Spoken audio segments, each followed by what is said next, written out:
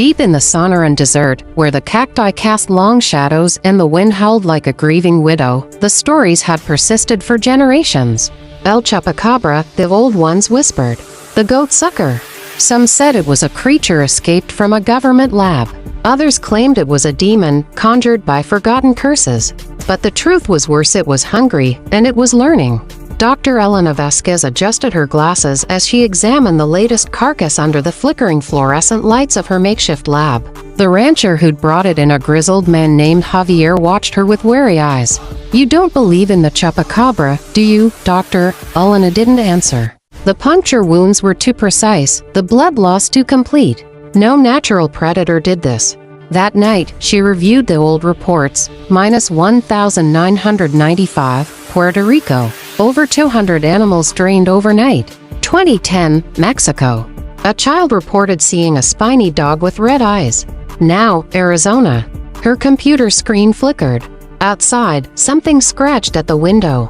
Elena teamed up with Luis, a local tracker who'd lost half his livestock to the creature. "It's smart," he muttered, loading his rifle. "It watches before it strikes." They set up motion sensor cameras near the latest attack site. The footage they captured made Elena's blood run cold. The creature moved like a living shadow, long, spined limbs, a hunched back, eyes that glowed infrared in the night vision. It didn't walk. It skittered, like a spider testing its prey. Then, as if sensing the camera, it looked directly at them. The feed cut to static. They lured it with a goat soaked in radioactive dye. Elena's theory was that the creature's biology would make it visible under UV light. It worked.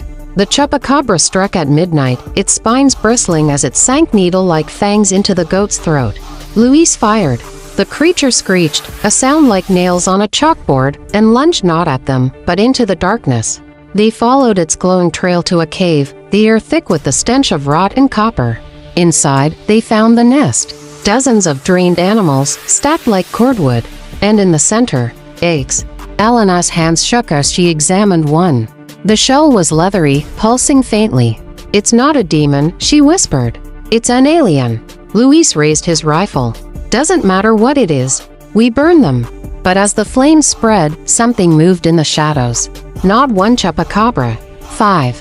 The news called it a coyote rabies outbreak. The government quarantined the town. But Elena knew the truth. She sat in her locked lab, reviewing the last camera footage before the signal died. The creatures weren't just hunting animals anymore.